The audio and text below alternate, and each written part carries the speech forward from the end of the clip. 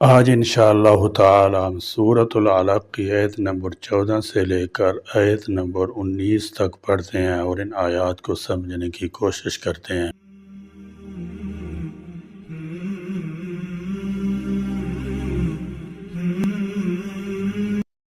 اعوذ باللہ من الشیطان الرجیم، بسم اللہ الرحمن الرحیم۔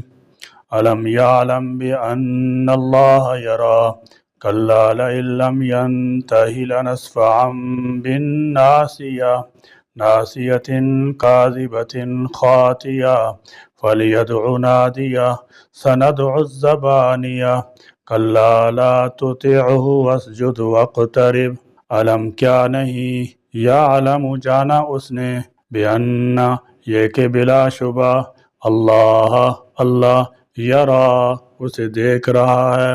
یعنی ایک طرف تو اللہ کا ایک بندہ اللہ کی عبادت میں مصروف ہے، وہ خود بھی اللہ سے ڈرتا ہے، دوسروں کو بھی اللہ سے ڈر کر زندگی بسر کرنے کا حکم دیتا ہے۔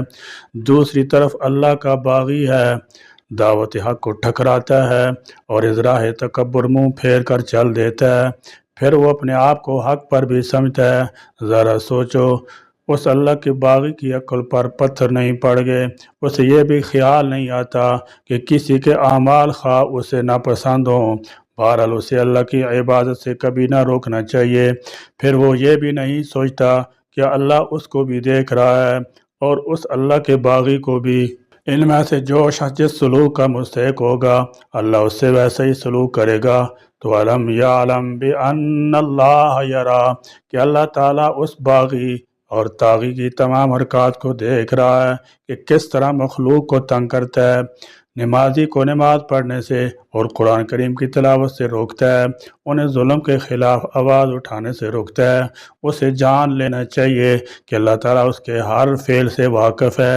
کلا ہرگز نہیں، لئن البتہ اگر، لم نہ ینتہی وہ باز آیا، لنسفعا تو ہم ضرور گھسیٹیں گے اسے، بالناصیہ پیشانی کے بالوں سے پکڑ کر۔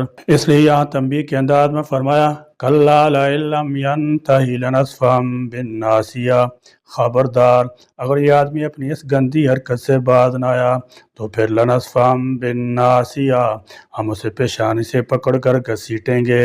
ناصیہ پیشانی کو کہتے ہیں، ہم اسی سے پکڑ کر اسے ذلیل کریں گے۔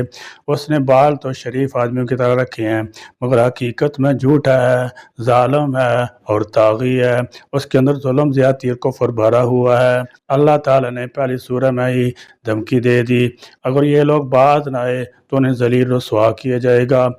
چنانچہ دنیا نے دیکھ لیا کہ بدر کے میدان میں ابو جہل اور دیگر مقتولین کفار کو ان کے بالوں سے پکڑا گیا اور گھسیٹ کر اندھے کنویں میں پھینک دیا گیا۔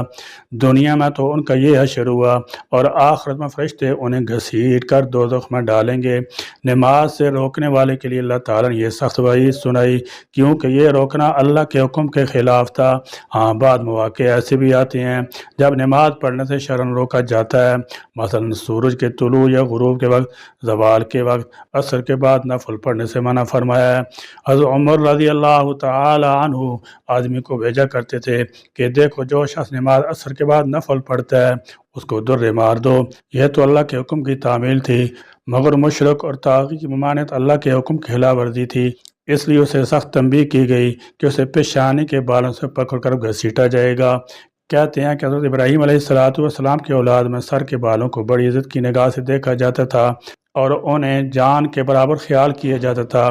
اللہ تعالیٰ نے بھی سر منڈانے والوں اور بال کترانے والوں کو مخلصین اور مقصرین فرما کر ان کی تعریف فرمائی ہے۔ غردے کے بالوں کا بڑا احترام کیا جاتا تھا، اس لیے اللہ تعالیٰ نے بڑی سخت تنبیہ کی ہے کہ تمہیں انہیں باعزت بالوں سے پکڑ کر گھسیٹا جائے گا اگر تم نمازی کو نماز سے روکنے سے باز نہ آئے۔ یعنی نبی کریم صلی اللہ تعالی وسلم کی مخالفت اور دشمنی سے، اور آپ صلی اللہ تعالی وسلم کو نماز پڑھنے سے جو روکتا ہے اس سے باز نہ آیا لنصفان کہ میں نے لنا خزنہ تو ہم اسے اس کی پیشانی سے پکڑ کر گھسیٹیں گے۔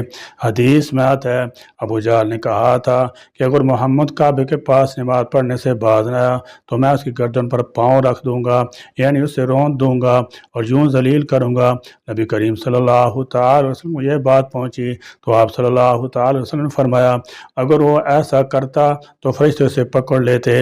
مطلب یہ ہے کہ یہ سب کچھ جانتا ہے پر اپنی شہادت سے باز نہیں آتا۔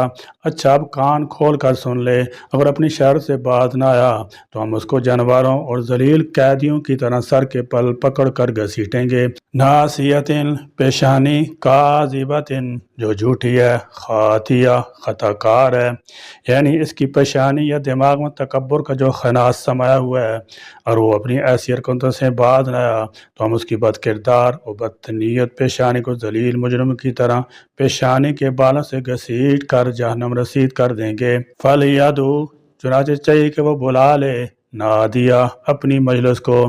فرمایا فَلْيَدْعُ نادیہ تو اسے چاہیے کہ اپنی مجلس کو پکارے۔ جب ابو جہل نے نبی کریم صلی اللہ تعالی علیہ وسلم کو نماز سے منع کیا تو حضور اکرم صلی اللہ تعالی وسلم نے اس کو سختی سے جھڑک دیا۔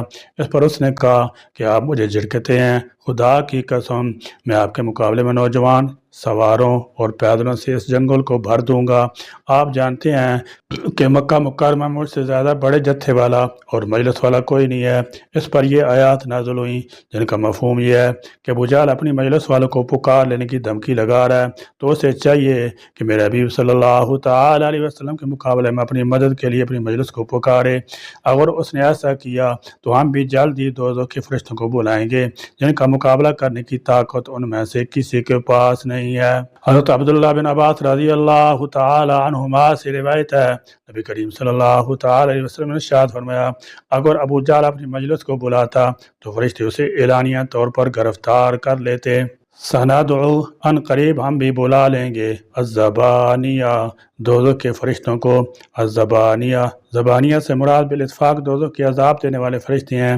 زبانی الاقرب بمعنی بچھو کا ڈنگ، اس لحاظ سے ایسے فرشتے مراد ہیں جو سخت دکھ دینے والے اور بے رحم ہوں گے۔ نیز زبانیہ سے مراد پولیس بھی ہے اور یہ قتادہ کا قول ہے، اور زبان کے معنی دھکے دے کر نکال دینا بھی ہے، جیسے بادشاہوں اور بڑے لوگوں کے ہاں چوبدار ہوتے ہیں جو اس غرض سے رکھے جاتے ہیں کہ جس سے سرکار ناراض ہو اسے دھکے مار کر نکال دیں۔ مراد یہ ہے کہ ابو جہل اپنی مجلس کے لوگوں کو جس پر اس سے بڑا ناز تھا بلا کر دیکھ لے، ہم عذاب دینے والے فرشتوں سے ان کی بری طرح درگت بنا دیں گے۔ کلا ہرگز نہیں، لا تطیعو نہ آپ اطاعت کیجیے اس کی، وسجد اور سجدہ کیجیے، واقترب اور اللہ کا قرب حاصل کیجیے۔ فرمایا کلا لا تطیعو وسجد واقترب، یعنی خبردار یہ طاغی لوگ کبھی کامیاب نہیں ہو سکتے۔ لا تطیعو آپ ان کی اطاعت نہ کریں، یعنی مصالحت نہ کریں، کیونکہ ان کی بات مان لی گئی تو اللہ تعالیٰ کا عطا کردہ سارا پروگرام ناتمام رہ جائے گا۔ لہذا آپ اپنے پروگرام پر قائم رہیں اور ان سے صلح ہرگز نہ کریں۔ دوسری جگہ اللہ تعالیٰ نے اسی مضمون کو اس طرح بیان فرمایا وَدُّوا لَوْ تُدْہِنُ فَيُدْہِنُونَ یہ چاہتے ہیں کہ آپ ڈھیلے پڑ جائیں تو وہ بھی ڈھیلے ہو جائیں گے، یعنی آپ شرک اور ظلم کی مذمت کرنا چھوڑ دیں۔ فرمایا یہ نہیں ہو سکتا وَلَا تُطِعْ مِنْهُمْ آثِمًا أَوْ كَفُورًا آپ ان میں سے کسی گنہگار، مجرم اور ناشکر گزار کی بات نہ مانیں کیونکہ ان کا پروگرام سراسر غلط ہے۔ ان کی بات مان کر آپ اپنا صحیح پروگرام نہ چھوڑ دیں، اس کی بالکل اجازت نہیں۔ یہ لوگ آپ کو طرح طرح کے لالچ دیتے ہیں، ڈراتے ہیں، دھمکاتے ہیں اور مخالفت میں پورا زور لگاتے ہیں، مگر آپ کو حکم یہی ہے کہ ان کی بات ہرگز نہیں ماننی۔ یعنی اس بد کردار شخص کی بات مان کر کعبہ میں نماز کی ادائیگی سے رکنے کی کوئی ضرورت نہیں، بلکہ اسی طرح نماز ادا کرتے رہیں جیسے پہلے ادا کرتے رہے ہو۔ واضح رہے کہ یہاں سجدہ سے مراد صرف سجدہ نہیں بلکہ نماز ہے، اور عربوں کا قاعدہ ہے کہ وہ کسی چیز کا جز اشرف بول کر اس سے کل یا اصل چیز مراد لیتے ہیں، اور بتایا یہ جا رہا ہے کہ آپ صلی اللہ تعالی علیہ وسلم جس قدر نمازیں ادا کریں گے اتنا ہی زیادہ اللہ کا قرب حاصل ہوگا، لہذا نمازیں بکثرت ادا کیجیے۔ ربیع بن کعب اسلمی فرماتے ہیں کہ میں رسول اللہ صلی اللہ تعالی علیہ وسلم کے ہاں رات کو رہا کرتا اور آپ صلی اللہ تعالی وسلم کے پاس حاجت اور وضو کے لیے پانی لایا کرتا۔ ایک دفعہ آپ صلی اللہ تعالی وسلم نے فرمایا، مانگ کیا مانگتا ہے؟ میں نے عرض کیا، جنت میں آپ کی رفاقت چاہتا ہوں۔ آپ نے پوچھا، کچھ اور بھی؟ میں نے عرض کیا، بس یہی کچھ چاہتا ہوں۔ آپ صلی اللہ تعالی وسلم نے فرمایا، اچھا تو کثرت سے سجود کو اپنے اوپر لازم کر لو اور اس طرح اس سلسلے میں میری مدد کرو۔ حدیث شریف میں صحابہ کرام رضی اللہ تعالی عنہ مروی ہے، حضور اکرم صلی اللہ تعالی علیہ وسلم نے اذا السماء انشقت والی سورہ پڑھ کر سجدہ کیا اور یہ اقرا والی سورہ پڑھ کر بھی آخر میں سجدہ کیا۔ یہ سجدہ کی آیت پڑھنے اور سننے والوں سب پر سجدہ واجب ہو جاتا ہے۔ پورے قرآن پاک میں کل 14 سجدے ہیں۔ جب ان مقامات کی آیت پڑھی یا سنی جائیں گی تو سجدہ ضروری ہو جاتا ہے، یعنی اسے پڑھنے اور سننے والے پر سجدہ تلاوت کرنا لازم ہے۔ تاہم یہ اجازت ہے کہ اگر فوری طور پر سجدہ کے لیے تیار نہ ہو تو جس وقت بھی موقع ملے سجدہ کر لے، اور اگر پڑھنے یا سننے کے وقت سجدہ کے لیے تیار ہو اور سجدہ کا وقت بھی ہو تو اسی وقت سجدہ کر لینا چاہیے۔ تاہم یہ مؤخر بھی کیا جا سکتا ہے۔ ان آیات سے یہ باتیں معلوم ہوئیں، نمبر 1، حضور اقدس صلی اللہ تعالی وسلم اللہ تعالیٰ کے ایسے محبوب ہیں کہ آپ کا دشمن اللہ تعالیٰ کا دشمن ہے۔ کہ ابو جہل نے حضور پر نور صلی اللہ تعالی وسلم کو دھمکی لگائی اور اپنی مجلس کے لوگوں کو بلا لے گا، تو حضور اکرم صلی اللہ تعالی وسلم نے یہ نہ فرمایا کہ ہم صحابہ کی جماعت کو بلا لیں گے، بلکہ اللہ تعالیٰ نے فرمایا کہ ہم زبانیہ فرشتوں کو بلا لیں گے۔ نمبر 2، نبی کریم صلی اللہ تعالی وسلم کی شان ظاہر کرنے کے لیے فرشتوں کی فوج آنے کو تیار ہے، ورنہ کفار کی ہلاکت کے لیے تو ایک ہی فرشتہ کافی ہے۔ نمبر 3، امر کا ہر صیغہ وجوب کے لیے نہیں ہوتا بلکہ اور چیزوں کے لیے بھی ہوتا ہے، جیسے یہاں امر کا صیغہ تو ہے لیکن وجوب کے لیے نہیں بلکہ اظہار غضب کے لیے ہے۔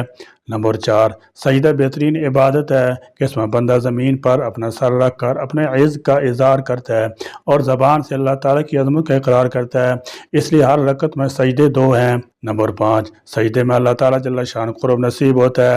حضرت ابو ہریرہ رضی اللہ تعالیٰ عنہ سے روایت ہے، نبی کریم صلی اللہ تعالی وسلم نے ارشاد فرمایا، بندہ سجدے کی حالت میں اپنے رب عز و جل سے بہت زیادہ قریب ہوتا ہے، اس لیے تم سجدہ میں کثرت سے دعا کیا کرو۔ حق تعالیٰ جل شان اس سورہ کے پیغام کو ہمیں دل میں بٹھا لینے کی توفیق عطا فرما دیں اور اس دنیا کی زندگی میں آخرت کی زندگی کو سنوارنے کی توفیق ہمت عطا فرمائیں۔ ہمیں اس دنیا میں اپنی رضا کے کاموں میں لگائے رکھیں تاکہ آخرت میں کامیابی نصیب ہو، اور ہم کو ہر طرح کی نافرمانی اور مخالفت احکام الہی سے بچا لیں تاکہ آخرت میں کامی سے واسطہ نہ پڑے۔ یا اللہ، آخرت کی طرف سے ہمارے دلوں پر جو غفلت کے پردے پڑ گئے ہیں اور ممنوعات منکرات میں ہم پھنستے جا رہے ہیں، اس کا علاج آخر جزا سزا کا عقیدہ اور پختہ یقین ہے، جس سے ہمارے دل اب خالی ہوتے جا رہے ہیں۔ یا اللہ، اپنی رحمت سے ہماری اصلاح کی صورتیں پیدا فرما دے اور ہمارے دلوں میں آپ کے دربار میں حاضر ہونے کا ایسا پختہ یقین عطا فرما تاکہ ہم کو ہر چھوٹی بڑی نافرمانی سے روک دے اور اپنی اطاعت پر ہمیں آمادہ کر دے۔ آمین یا رب العالمین۔ وآخر دعوانا الحمدللہ رب العالمین۔